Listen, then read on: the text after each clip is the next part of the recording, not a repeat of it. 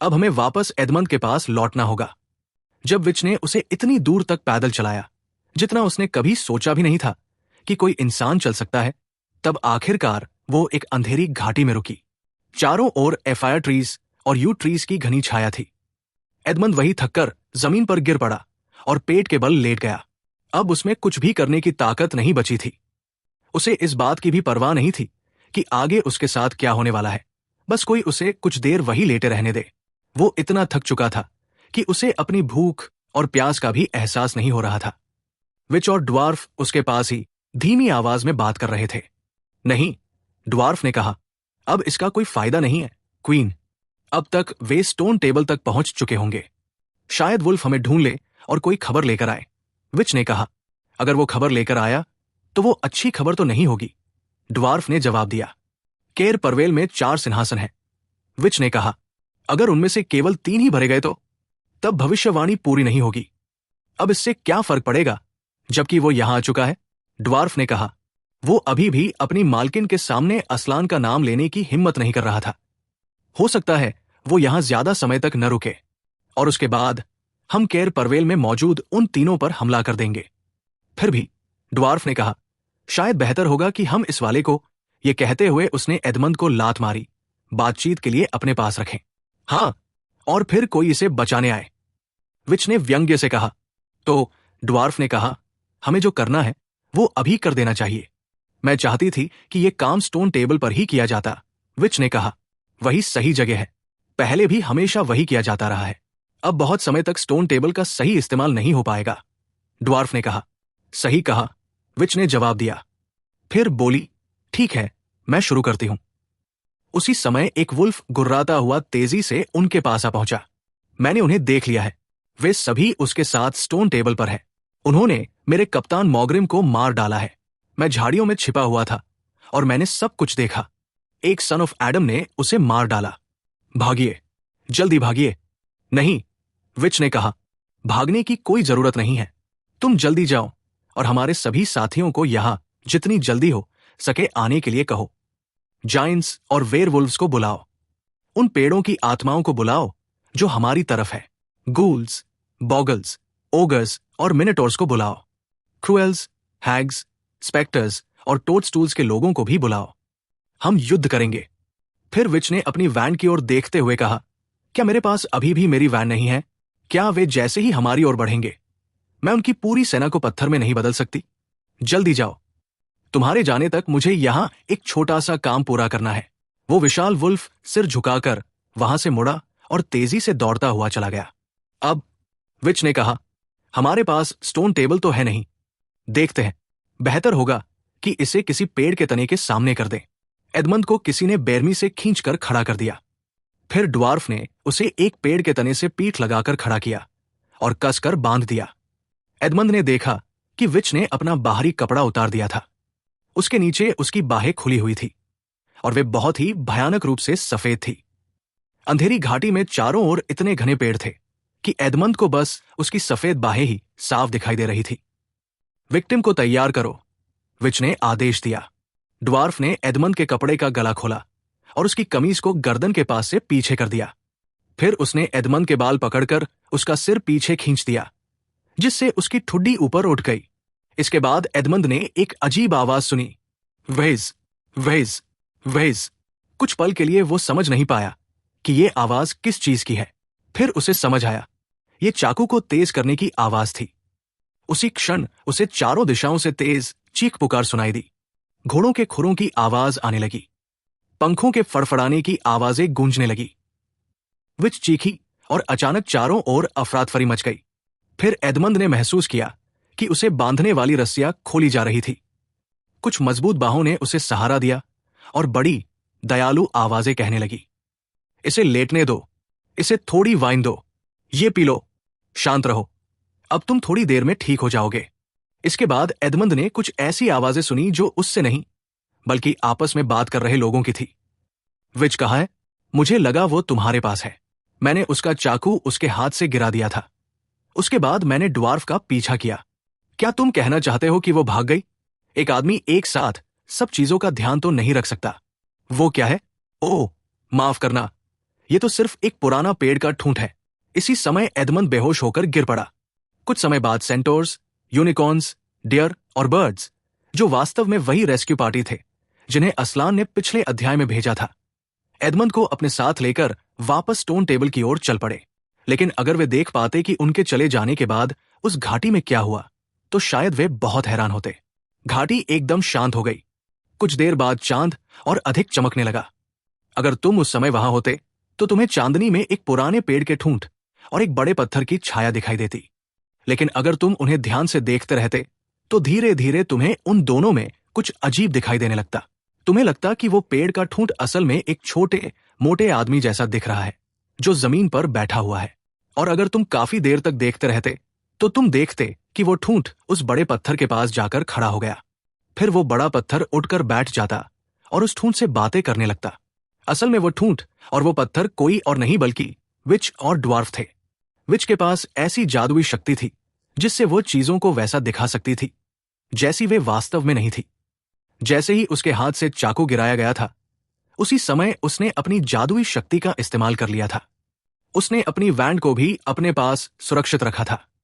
अगली सुबह जब बाकी बच्चे जागे तो वे उस पवेलियन में तकियों के ढेर पर सो रहे थे। सुबह सबसे पहली बात जो उन्होंने मिसेस बीवर से सुनी वो ये थी कि उनका भाई एडमंड बचा लिया गया था। उसे पिछली रात देर से कैंप में लाया गया था और इस समय वो असलान के साथ था। नाश्ता करने के बाद वे सभी तुरंत बाहर गए। वहां उन्होंने असलान को देखा। वो एडमंड के साथ ओस से भीगी घास पर धीरे धीरे चल रहा था। वे बाकी लोगों से थोड़ी दूरी पर अकेले चल रहे थे। असलान एडमंड से क्या कह रहा था ये बताने की कोई जरूरत नहीं है, और वैसे भी किसी ने कभी वो बातचीत नहीं सुनी। लेकिन वो ऐसी बातचीत थी जिसे एडमंड ने अपनी पूरी जिंदगी कभी नहीं भुलाया। जब बाकी बच्चे उनके पास पहुंचे तो असलान उनकी ओर मुड़ा और एडमंड को अपने साथ लेकर उनकी तरफ आने लगा। ये रहा तुम्हारा भाई, असलान ने कहा, और अब जो कुछ बीत चुका है उसके बारे में उससे बात करने की कोई जरूरत नहीं है। एडमंड ने एक एक करके बाकी सभी से हाथ मिलाया और हर किसी से कहा, मुझे माफ कर दो, और हर किसी ने जवाब दिया, कोई बात नहीं। इसके बाद सभी बहुत उत्सुकता से कुछ ऐसा कहना चाहते थे जिससे ये साफ हो जाए कि वे फिर से एडमंड के दोस्त हैं। कुछ सामान्य और स्वाभाविक सी बात। लेकिन अजीब बात यह थी कि किसी को भी दुनिया की कोई ऐसी बात सूझी नहीं रही थी जिसे वे कह सके। लेकिन इससे पहले कि माहौल बहुत अजीब हो जाता, एक लेपर्ड असलान के पास आया और बोला, महाराज, दुश्मन की ओर से एक संदेशवाहक आया है जो आपसे मिलने की अनुमति चाहता है। उसे आने दो, असलान ने कहा। लेपर्ड चला गया और थोड़ी देर बाद विच के ड्वार्फ को अपने साथ लेकर वापस आया। तुम्हारा संदेश क्या है, सनफर्थ? असलान ने पूछा। नार्निया की क्वीन और लोन आइलैंड्स की एम्प्रेस आपसे मिलने के लिए सुरक्षित रास्ता चाहती है, ड्वार्फ ने कहा। एक ऐसे मामले पर बात करने के लिए जो जितना उनके फायदे में है उतना ही आपके फायदे में भी है। नार्निया की क्वीन, सच में? मिस्टर बीवर बोल उठा। इससे ज्यादा बेशर्मी तो। शांत रहो बीवर, असलान ने कहा। जल्द ही सभी नाम अपने सही मालिकों को वापस मिल जाएंगे। तब तक हम इन नामों को लेकर बहस नहीं करेंगे। फिर असलान ने ड्वार्फ से कहा, अपनी मालकिन से कहना कि मैं उसे सुरक्षित आने की अनुमति देता हूं, लेकिन एक शर्त पर। वो अपनी वैंड उस बड़े ओक ट्री के पास छोड़कर आएगी। इस शर्त को मान लिया गया और 2 लियोपार्ड्स ड्वार्फ के साथ वापस चले गए ताकि ये सुनिश्चित कर सके कि शर्त ठीक से पूरी की जाए। लेकिन अगर वो उन दोनों लियोपार्ड्स को पत्थर में बदल दे तो? लूसी ने पीटर से फुसफुसाकर पूछा। मुझे लगता है यही विचार खुद उन लियोपार्ड्स के मन में भी आया होगा। कम से कम जब वे वहां से जा रहे थे तो उनकी पीठ के सारे बाल खड़े थे और उनकी पूंछें भी अकड़कर ऊपर उठी हुई थी, ठीक वैसे ही जैसे किसी बिल्ली की पूंछ तब खड़ी हो जाती है जब वो किसी अनजान कुत्ते को देखती है। सब ठीक रहेगा, पीटर ने जवाब में फुसफुसाकर कहा। अगर ऐसा नहीं होता तो वो उन्हें भेजते ही नहीं। कुछ मिनट बाद विच खुद पहाड़ी की चोटी पर दिखाई दी। वो सीधे चलती हुई असलान के सामने आकर खड़ी हो गई। जिन 3 बच्चों ने उसे पहले कभी नहीं देखा था, उसके चेहरे को देखते ही उनकी रीढ़ में सिहरन दौड़ गई। वहां मौजूद सभी जानवरों के बीच धीमी गुर्राहट सुनाई देने लगी। हालांकि चारों ओर तेज धूप थी, फिर भी अचानक सभी को ठंड महसूस होने लगी। वहां केवल 2 लोग ऐसे थे जो बिल्कुल सहज दिखाई दे रहे थे, असलान और स्वयं विच। उन दोनों चेहरों को इतने पास पास देखना बहुत अजीब था। एक सुनहरा चेहरा और दूसरा मरे हुए इंसान जैसा सफेद चेहरा। ऐसा नहीं था कि विच सीधे असलान की आंखों में देख रही थी। मिसेस बीवर ने इस बात को खास तौर पर नोटिस किया। तुम्हारे पास एक गद्दार है, असलान, विच ने कहा। वहां मौजूद सभी लोग समझ गए कि उसका इशारा एडमंड की ओर था। लेकिन एडमंड अब तक जो कुछ झेल चुका था और उस सुबह असलान के साथ हुई बातचीत के बाद वो अपने बारे में सोचना लगभग छोड़ चुका था। वो बस असलान की ओर देखता रहा। विच चाहे जो कुछ भी कहे, अब उसे उससे कोई फर्क नहीं पड़ रहा था। अच्छा, असलान ने कहा, उसका अपराध तुम्हारे खिलाफ नहीं था। क्या तुम डीप मैजिक को भूल गए हो? विच ने पूछा। मान लेते हैं कि मैं उसे भूल गया हूं, असलान ने गंभीरता से कहा। हमें इस डीप मैजिक के बारे में बताओ। तुम्हें बताओ? विच की आवाज अचानक तेज और कर्कश हो गई। तुम्हें बताओ कि हमारे पास खड़ी उस स्टोन टेबल पर क्या लिखा है? तुम्हें बताओ कि सीक्रेट हिल के आग वाले पत्थरों पर भाले जितने गहरे अक्षरों में क्या लिखा हुआ है? तुम्हें बताओ कि एम्परर बियॉन्ड सी के राजदंड पर क्या खुदा हुआ है? तुम कम से कम उस मैजिक को जानते ही हो जिसे एम्परर ने शुरुआत में नार्निया में स्थापित किया था। तुम जानते हो कि हर गद्दार कानूनी रूप से मेरा शिकार है और हर विश्वासघात के बदले मुझे उसे मारने का अधिकार है। ओह, मिस्टर बीवर ने कहा, तो अब मुझे समझ आया कि तुमने खुद को क्वीन समझना कैसे शुरू किया, क्योंकि तुम एम्परर की जल्लाद थी। अब सब समझ में आ गया। शांत रहो, बीवर, असलान ने बहुत धीमी गुर्राहट के साथ कहा।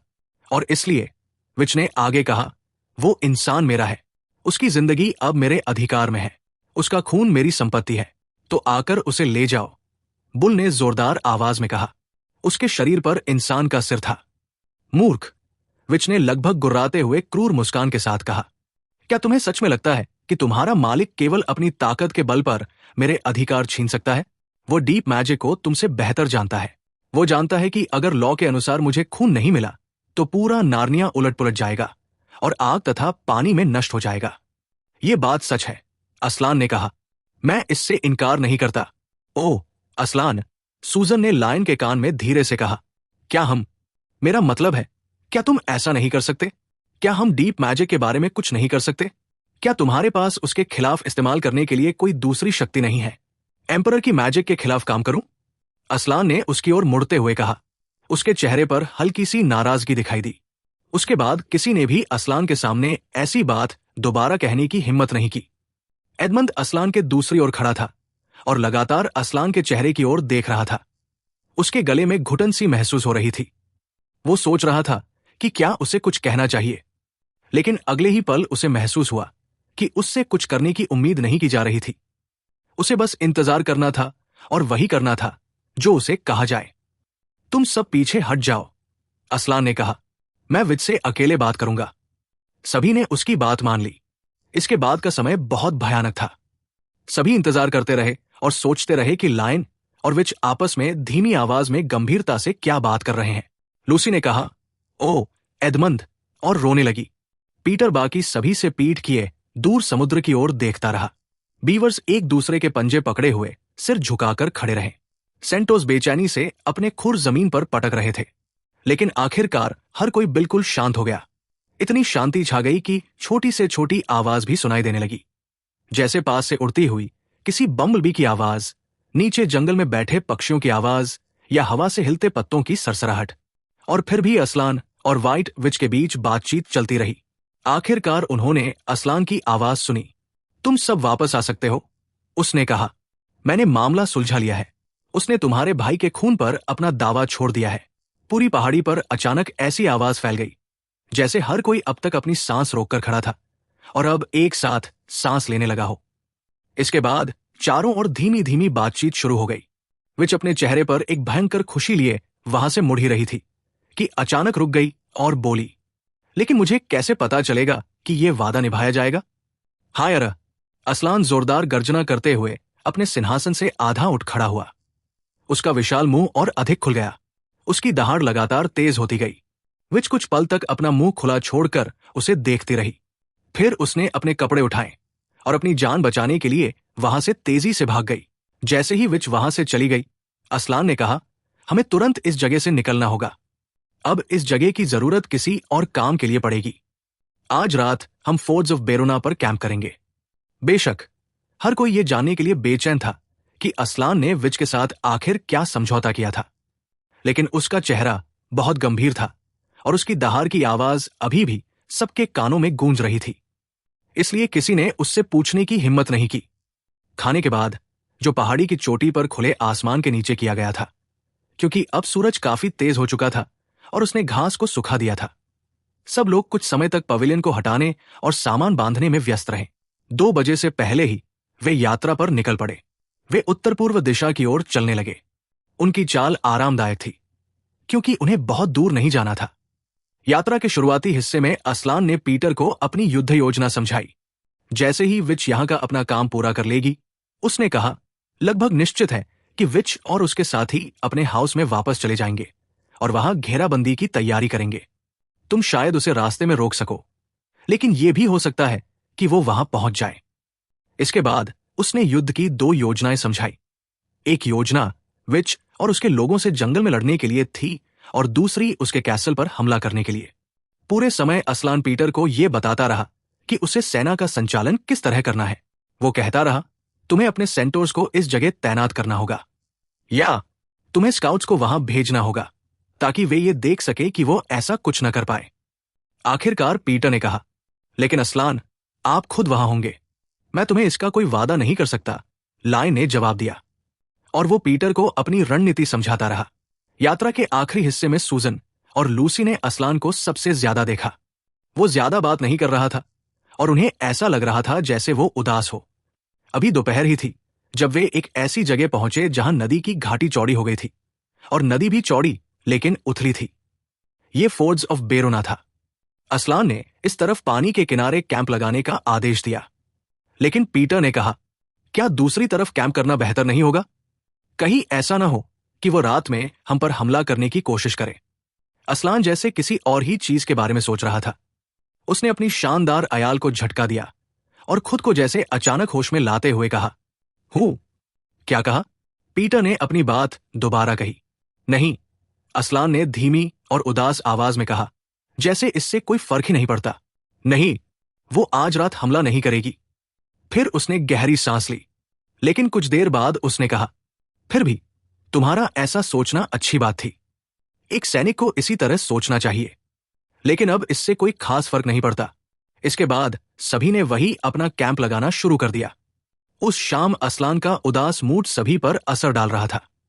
पीटर भी इस बात से परेशान था कि शायद उसे अकेले ही युद्ध लड़ना पड़ेगा। असलान के युद्ध में मौजूद न होने की संभावना उसके लिए बहुत बड़ा झटका थी। उस शाम का सफर भी बहुत शांत रहा।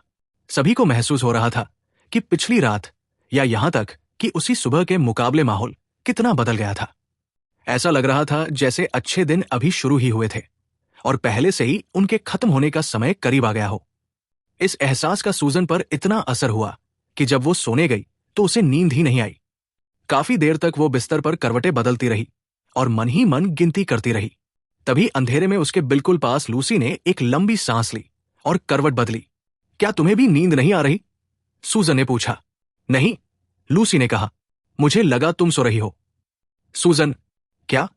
मुझे बहुत डरावना सा एहसास हो रहा है, जैसे हमारे ऊपर कोई बड़ी मुसीबत मंडरा रही हो।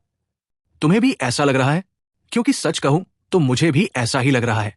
असलान को लेकर लूसी ने कहा, या तो उसके साथ कोई बहुत भयानक घटना होने वाली है, या फिर वो खुद कुछ बहुत भयानक करने वाला है।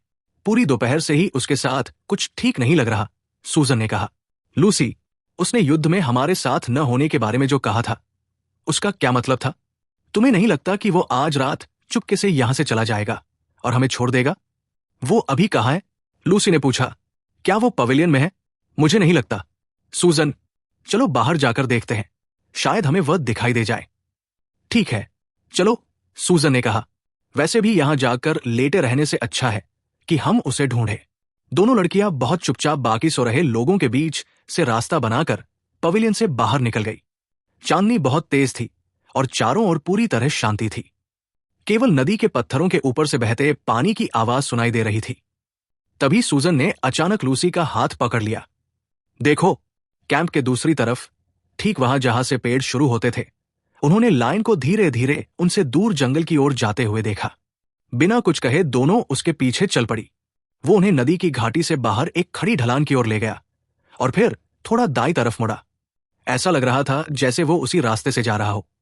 जिस रास्ते से वे उस दोपहर स्टोन टेबल की हिल से लौटते समय आए थे, वो लगातार आगे बढ़ता गया। कभी वे गहरी छाया में पहुंचते और कभी हल्की चांदनी में निकल आते।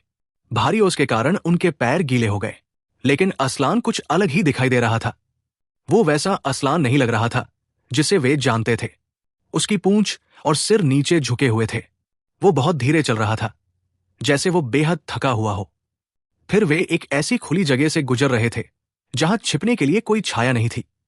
असलान अचानक रुक गया और पीछे मुड़कर देखने लगा। अब उनसे छिपने या भागने का कोई फायदा नहीं था, इसलिए दोनों उसके पास चली गई। जब वे उसके करीब पहुंची तो असलान ने कहा, ओ बच्चों, बच्चों, तुम मेरा पीछा क्यों कर रही हो? हम सो नहीं पा रहे थे, लूसी ने कहा। और फिर उसे लगा कि अब उसे और कुछ कहने की जरूरत नहीं है। असलान पहले से ही समझ चुका था कि वे दोनों क्या सोच रही थी। क्या हम आपके साथ चल सकते हैं? आप जहां भी जा रहे हैं? सूजन ने पूछा। वेल, असलान ने कहा और कुछ देर सोचता रहा। फिर उसने कहा, आज रात मुझे किसी के साथ होने में खुशी होगी।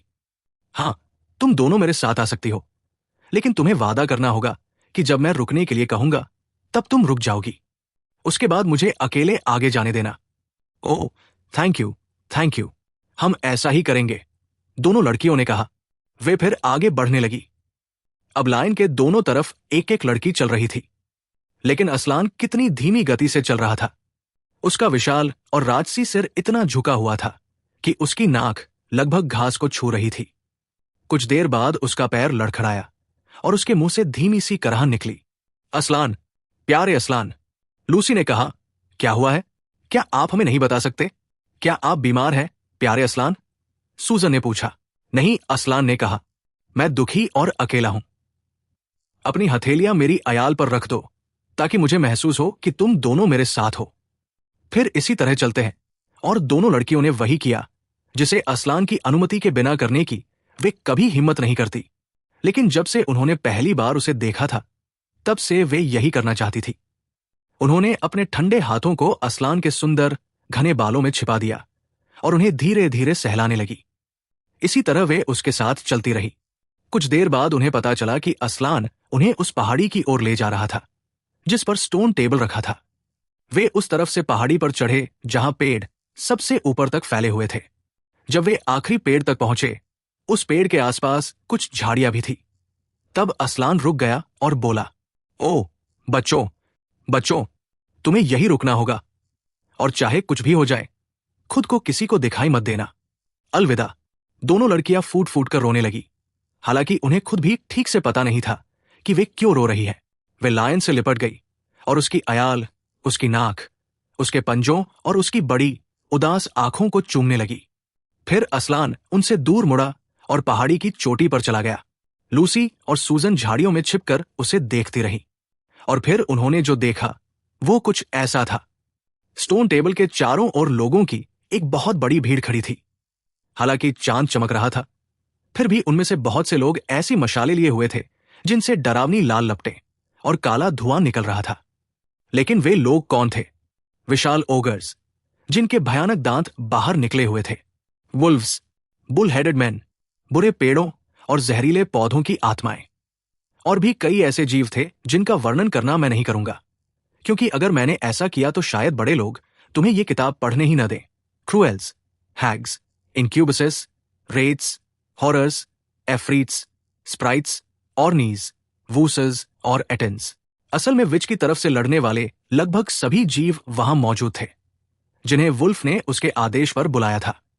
और ठीक बीच में स्टोन टेबल के पास स्वयं विच खड़ी थी। जब उन जीवों ने पहली बार विशाल लायन को अपनी ओर आते देखा तो उनके बीच डर और घबराहट से भरी हुई चीखें और अजीब आवाजें उठने लगी। एक पल के लिए तो खुद विच भी डर गई, लेकिन फिर उसने खुद को संभाला और जोर से जंगली तरीके से हंसने लगी। मूर्ख, वो चिल्लाई, वो मूर्ख यहां आ गया है, इसे कसकर बांध दो। लूसी और सूजन ने अपनी सांस रोक ली। वे असलान की जोरदार दहाड़ और उसके दुश्मनों पर छलांग लगाने का इंतजार कर रही थी, लेकिन ऐसा कुछ नहीं हुआ। चार हैग्स मुस्कुराती और डरावनी नजरों से देखते हुए असलान की ओर बढ़ी। हालांकि शुरुआत में वे खुद भी पीछे हट रही थी और इस काम को करने से आधी डरी हुई थी। मैंने कहा, इसे बांधो, व्हाइट विच ने फिर आदेश दिया। हैग्स ने अचानक असलान पर झपट्टा मारा, और जब उन्होंने देखा कि असलान ने बिल्कुल भी विरोध नहीं किया तो वे खुशी से चीख उठीं। फिर कुछ और जीव, बुरे ड्वार्फ्स और एप्स भी उनकी मदद करने के लिए दौड़ पड़े। सबने मिलकर उस विशाल लायन को पीठ के बल गिरा दिया और उसके चारों पंजों को एक साथ बांध दिया। वे चिल्ला रहे थे और ऐसे खुशी मना रहे थे जैसे उन्होंने कोई बहुत बहादुरी का काम किया हो। हालांकि अगर असलान चाहता तो उसका सिर्फ एक पंजा ही उन सभी के लिए मौत साबित हो सकता था, लेकिन उसने कोई आवाज नहीं की, यहां तक कि तब भी नहीं जब उसके दुश्मनों ने रस्सियों को इतनी जोर से खींचकर कस दिया कि वे उसकी त्वचा में धंसने लगी। इसके बाद वे उसे स्टोन टेबल की ओर घसीटने लगे। रुको, विच ने कहा, पहले इसके बाल काटे जाएंगे। उसके अनुयायियों के बीच फिर से घटिया हंसी गूंज उठी। एक ओगर कैंची लेकर आगे आया और असलान के सिर के पास बैठ गया। कतर तरतर कैंची चलने लगी और असलान की सुनहरी घुंघराली अयाल के बड़े बड़े गुच्छे जमीन पर गिरने लगे। जब ओगर पीछे हटा तो छिपी हुई लूसी और सूजन ने देखा कि बिना अयाल के असलान का चेहरा बहुत छोटा और बिल्कुल अलग दिखाई दे रहा था। दुश्मनों ने भी ये बदलाव देखा। अरे, ये तो सिर्फ एक बड़ा सा कैट है, उनमें से एक ने कहा। क्या हम इसी से डर रहे थे? दूसरे ने कहा। वे असलान के चारों ओर इकट्ठा हो गए और उसका मजाक उड़ाने लगे। पुस पुस, बेचारा पुसी, आज कितने चूहे पकड़े। कैट, क्या तुम्हें दूध की एक कटोरी चाहिए? पुसम्स, ओह, ये ऐसा कैसे कर सकते हैं? लूसी ने कहा। उसके गालों पर आंसू बह रहे थे। ये कितने क्रूर है। अब जब पहली हैरानी खत्म हो चुकी थी, लूसी को बिना अयाल वाला असलान पहले से भी ज्यादा बहादुर, ज्यादा सुंदर और ज्यादा धैर्यवान दिखाई दे रहा था। मजल लगा दो, विच ने आदेश दिया। अब वे असलान के चेहरे पर मजल लगाने लगे।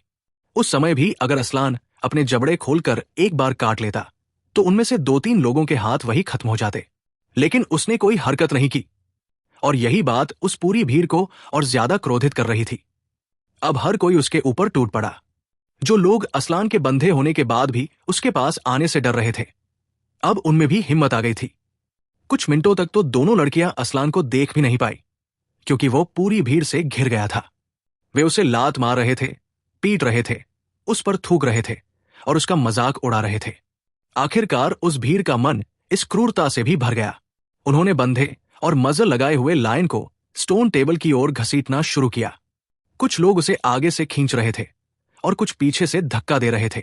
असलान इतना विशाल था कि जब वे उसे स्टोन टेबल तक ले आए, तब भी उसे टेबल की सतह पर चढ़ाने में उन सभी को अपनी पूरी ताकत लगानी पड़ी। इसके बाद उन्होंने फिर से रस्सियां बांधना और उन्हें कसना शुरू कर दिया। कायर, ये सब कायर हैं, सूजन सिसकते हुए बोली। क्या ये अभी उससे डरते हैं? जब असलान को उस सपाट पत्थर पर पूरी तरह बांध दिया गया, इतनी रस्सियों से कि उसका पूरा शरीर ही रस्सियों से ढक गया, तो पूरी भीड़ अचानक शांत हो गई। 4 हैग्स 4 मशाले हाथ में लिए स्टोन टेबल के चारों कोनों पर खड़ी हो गई। विच ने अपनी बाहें उसी तरह खोलकर बाहर कर ली जैसे पिछली रात उसने एडमंड के साथ किया था। फिर उसने अपना चाकू तेज करना शुरू किया। जब मशालों की रोशनी चाकू पर पड़ी तो बच्चों को वो चाकू लोहे का नहीं बल्कि पत्थर का बना हुआ लगा। उसका आकार भी बहुत अजीब और डरावना था। आखिरकार विच असलान के पास पहुंची। वो उसके सिर के पास खड़ी हो गई। उसका चेहरा गुस्से और जुनून से कांप रहा था, लेकिन असलान ऊपर आसमान की ओर देख रहा था।